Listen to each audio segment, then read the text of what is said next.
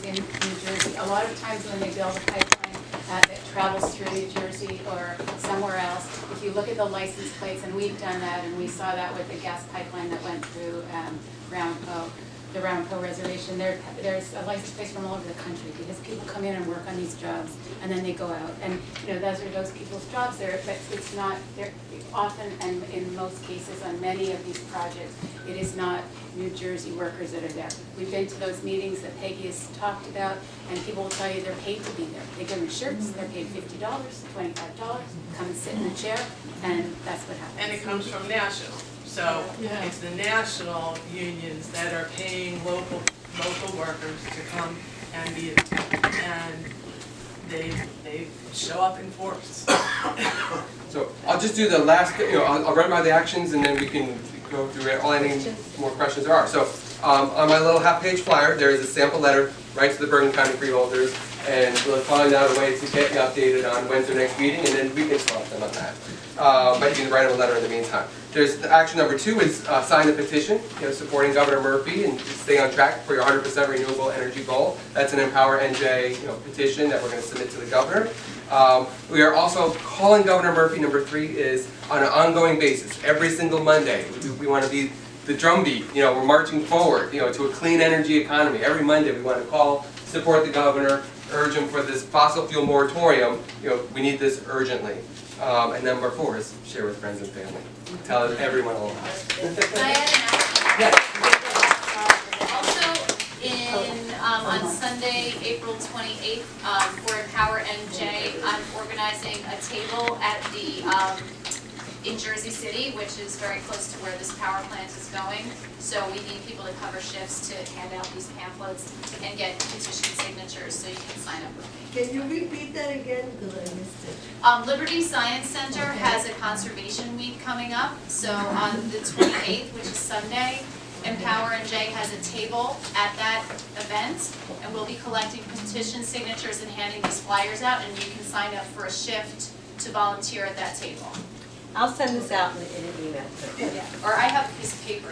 Just to add also, you as a constituent can ask for a meeting. You could, a group of 5 people or whatever could ask for a meeting with Mary Amoroso, which is something on my plate to do. And or ask for a meeting if Tracy Zer is your freeholder. Ask for a meeting and go with a few people and sit down with her. They should be meeting with you. And why aren't they helping us and supporting? And just so you know, we started an environmental committee, and some of you signed up already, and we're going to have our initial meeting in Captain. So if anybody else wants to sign up for that, just put an asterisk next to your name, or just email me at ridgewoodjolt@gmail.com. Okay? Are we going to take questions now? You want to take some questions? Okay. So with regard to the freeholder focus, since the plant itself isn't in Bergen, if people who have limited time, limited attention, isn't it ultimately Murphy who's the decider here? They have a lot of power. Excuse me, can I just add to that? Because I received an email from Peter, I don't know, it was Someone. Jay Clerk, said, click here, add your name, let your freeholder know you were opposed to this. And I received a letter in response that said, thank you so much, blah, blah, blah. But I'm sorry, we have no power to vote against this because this is not in Bergen County. This is in Hudson County. So I was confused by that. You get from the union guy on the freeholder board. Yes. But there is a kernel of truth to that. I mean, they can put pressure on Murphy, but doesn't the buck stop with Murphy? But can I just They say, said the same things to us about the pipeline. yeah, but you know what, so a lot of times when infrastructure for fossil fuels are built, and this is a problem that exists at the national level with FERC, the Federal Regulatory Energy Commission, that approves all of the interstate gas pipelines, compressor stations as well. They take account for the pipe, for this compressor station, for the area probably 100 feet or 150 feet, depends how big it is, around it, not for the pollution that comes out of it, and not for the gas or the oil that flows through it.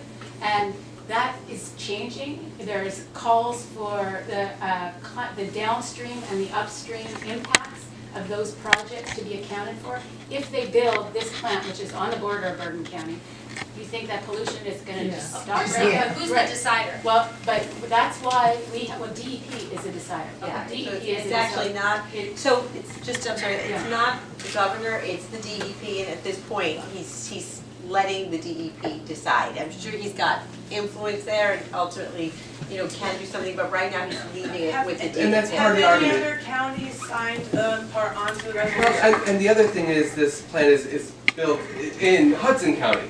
And folks probably have read the newspaper, I mean, there's a large political machine that really wants this plan to get built. And so actually, in the labor unions, we have no resolutions passed in Hudson County, because the higher powers that be said, if you pass a resolution, we're gonna cut your funding, or we're gonna take away jobs. So, politically, it's very sensitive, and, Mayor Sacco and Senator Sacco, are both strongly in favor of the plant, and so there's a lot of political, dynamics there.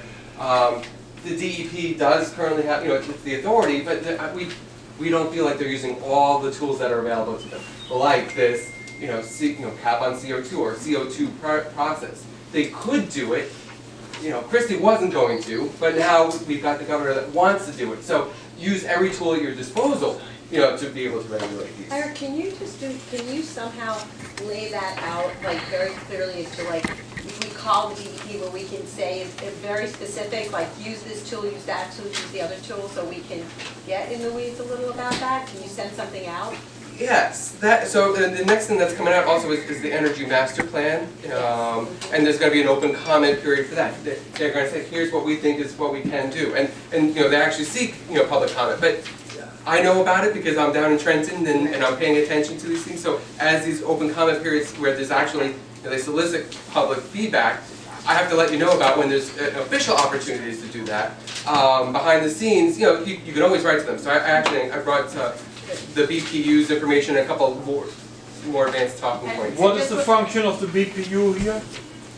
BPU regulates the energy rates, and they do energy. They also regulate our water rates. A lot of these utilities are regulated. So, and the energy that's coming online, it would fall under their jurisdiction once it's built. So the BPU they're charged with what is our energy master plan. What is our energy going to be? Where is it going to be coming from?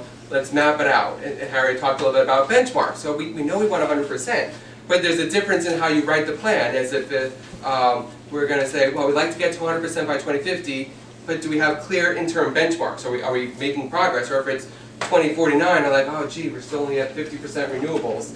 But you're not going to get the last 50% in the last year. So. Yeah. And just one quick point about the power of DEP and the power of our government. We, in 2007, New Jersey was one of the very first states in the nation to have what was called the Global Warming Response Act. It's a law, and it gives the authority for to regulate greenhouse gas emissions. We have never used that authority. So we have that authority, there's a law, and we just have ignored it. So we could use that law, put it into practice, but nobody's doing that yet. Right. So. Take a little bit more initiative from people at the DEP, and certainly the governor has some.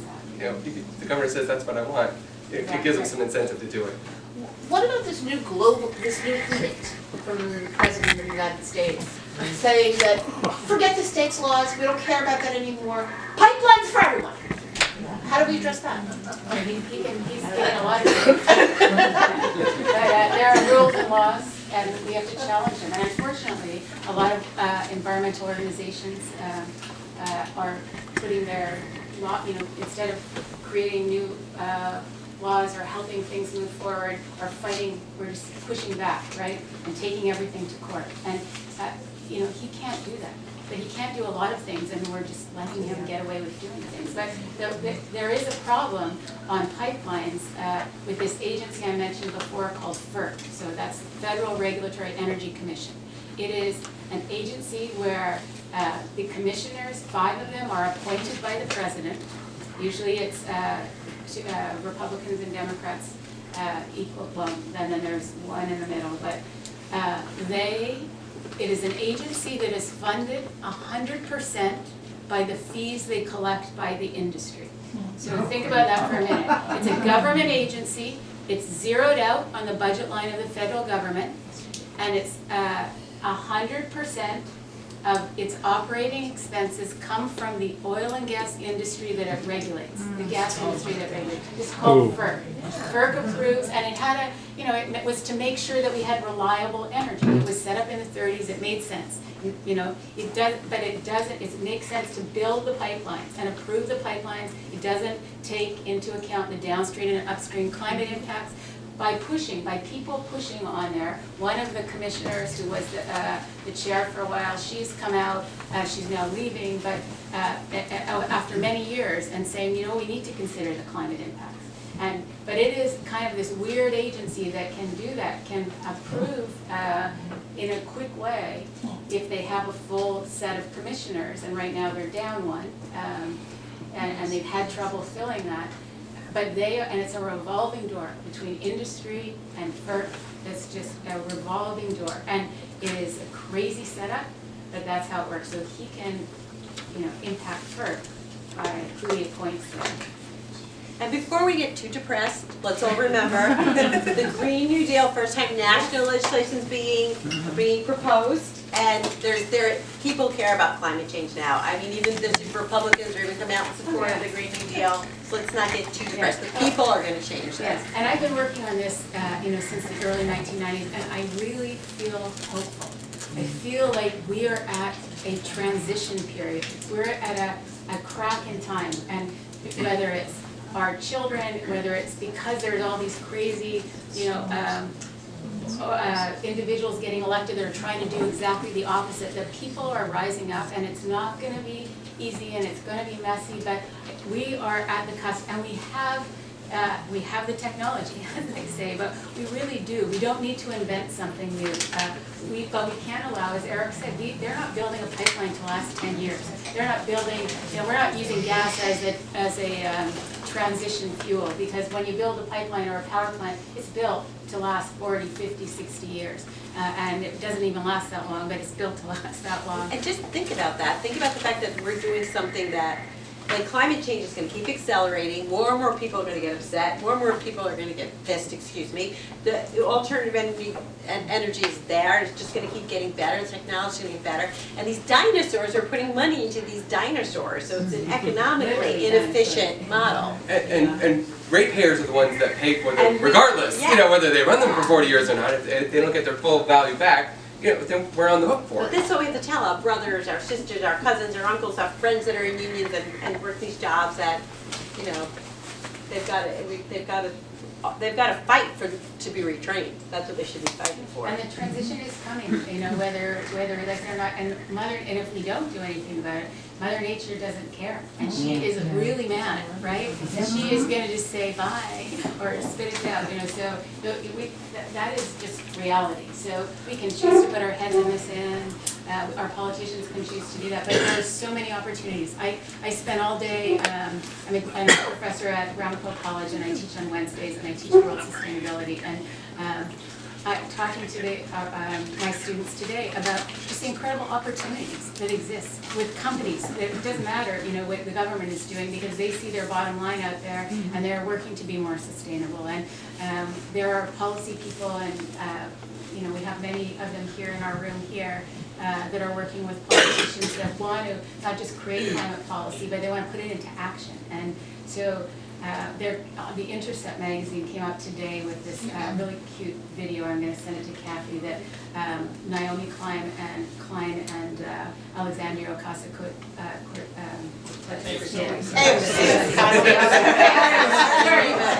and it's 30 years from now, and it's her saying, well, when we adopted the Green New Deal, she's old on it, and it's just how we perceive things, and we can perceive it.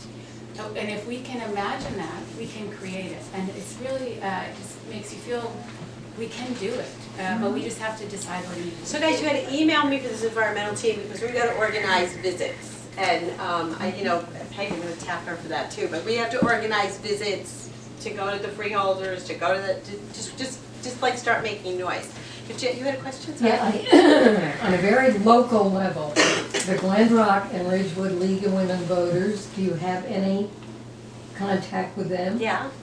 Excuse me, asthma. Several years ago, handed out bookmarks and on it said, turn the key idle free. And it gave all the particulars about this is a New Jersey state law. 3 minutes, you're polluting the air, folks, if you don't do it. Now, I would take my dog, and you know, and walk down here to Braden, the right of way. A lot of commercial vehicles would take their lunch break or bathroom break or whatever and park there and leave their engines running. At that time, I didn't have the guts to go up and knock on the window and say, you know, it's been 5 minutes and you still, and I'm choking because you're not only polluting the outside air, you're polluting your own air in there. Yeah. But it never really took off. They're still doing it, and it's frustrating to me. This came up last night in the Did it? Green Team meeting, yeah, and they're gonna focus on that again, and, Good. but there is an exception, believe it or not, if it's really hot or really cold, they're Oh, they allowed want to to stay do it. in, I Yeah. realize that, yeah. But no, there are exceptions in the. To the rule, to the law. To the rule, yeah, but knock on windows. So, anybody else have questions? Just following up with that, in the city of New York, there's actually a local ordinance, I think it's an ordinance, in which regular citizens can report and document commercial vehicles idling for certain periods of time, and you guys get a taste of that, so. Yeah, how are you gonna You get- police it? Well, local citizens, and they can take a picture and they get money back. They actually get, Oh. because the people are fined and you get it up to. Yeah, like there's this. Revenue, local police departments. Oh, yeah. So do we have any other questions? Yeah. Yeah, I have a question. One of the things that the Green New Deal promotes as an alternative to fossil fuels is nuclear. The concern that and I didn't hear nuclear as an option, and I'm glad I didn't tonight. The concern I have is the waste, the nuclear waste and the storage of that for years and years and years. To me, that's as big a concern as fossil fuel because that also is a liability for future generations. I mean, putting that kind of risky stuff in Yucca Mountain in Nevada has a cost. Absolutely, but it doesn't promote nuclear, it just leaves everything on the table. And so that is to be negotiated. And I think Kathy can have a whole hour and a half about, you know, the pros and cons about nuclear too. But absolutely, there's so many things that aren't figured out. But it is not directly, it doesn't promote nuclear in the Green New Deal, it just leaves it, it talks about clean energy. And so people have used that as a way to discount the Green New Deal. So I think it's the not. nuclear energy has used that as a way to try to gain a little bit more market share as far as energy is True, concerned. but I think Harry's point is that it's just one of the other alternatives that are out there, and it shouldn't be used to break down the Green New Deal. Like when we get into the weeds on it, nuclear maybe shouldn't be part of the package, but right now it's just too general. But they're not speaking to this point anywhere near the way they should be, the proponents of nuclear. I just wanted to say on the idle thing, I was in New York the other day and I saw a sticker on a truck that said, "A certified clean idle." So someone's thinking about it, and they're adjusting the carburetor for doing something, presumably, to help. Putting stickers on the car. The nuclear discussion, it's another whole night. We could probably dedicate a weekend retreat to it, okay? Clean Water Action strongly opposed. We've been working with at Oyster Creek to make sure that was shut down in advance of its date. Tomorrow, the New Jersey Board of Public Utilities is going to vote on whether to give PSE&G and Exelon a $300 million subsidy or not, and we're strongly opposed. We've been very against it.